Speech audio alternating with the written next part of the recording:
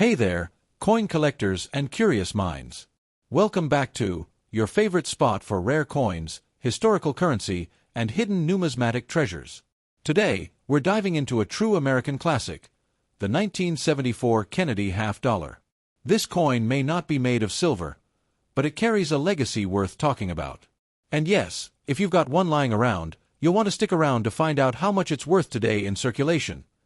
The Kennedy half-dollar was first introduced in 1964, just months after the tragic assassination of President John F. Kennedy. The coin was designed as a tribute to the beloved president and quickly became a symbol of American pride and remembrance.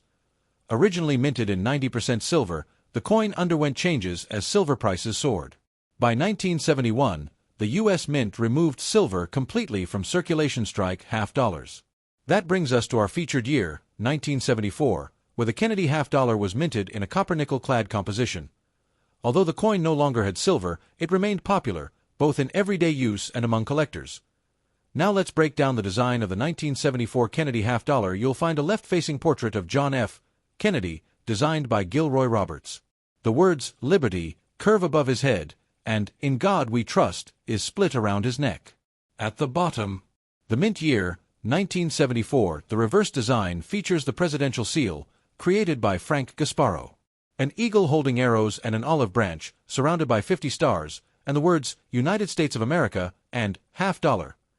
Diameter ** 30.6 millimeters, weight * 11.34 grams, composition ** copper-nickel clad over a pure copper core.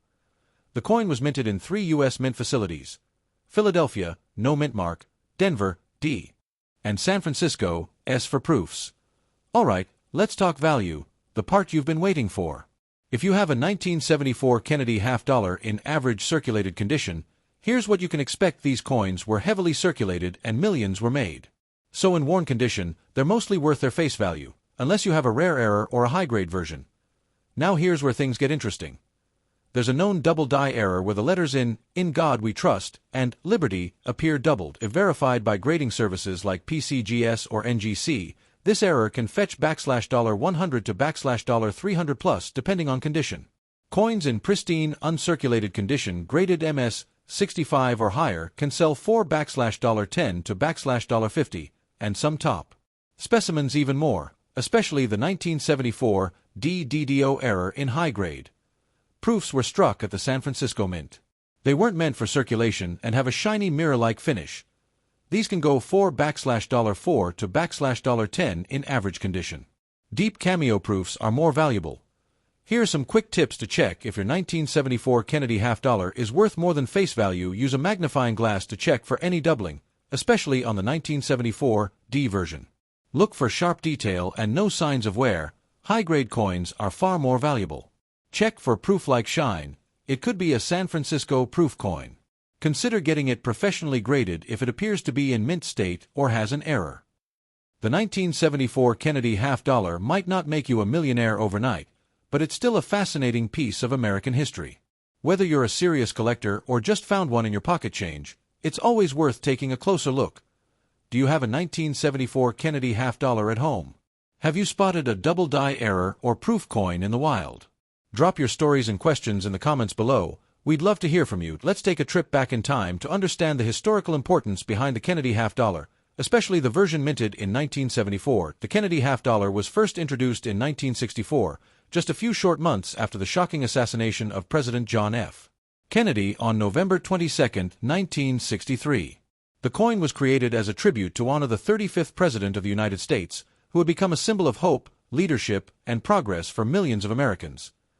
Interestingly, just days after JFK's death, the U.S. Mint and Congress acted with record speed. They decided to replace the Franklin half-dollar with a brand new design bearing Kennedy's image. And by March 1964, less than 4 months later, the first Kennedy half-dollars were released into circulation. The original 1964 Kennedy half-dollar was 90% silver, but because of silver shortages and rising metal prices, the composition changed the following year. From 1965 to 1970, the coins contained 40% silver.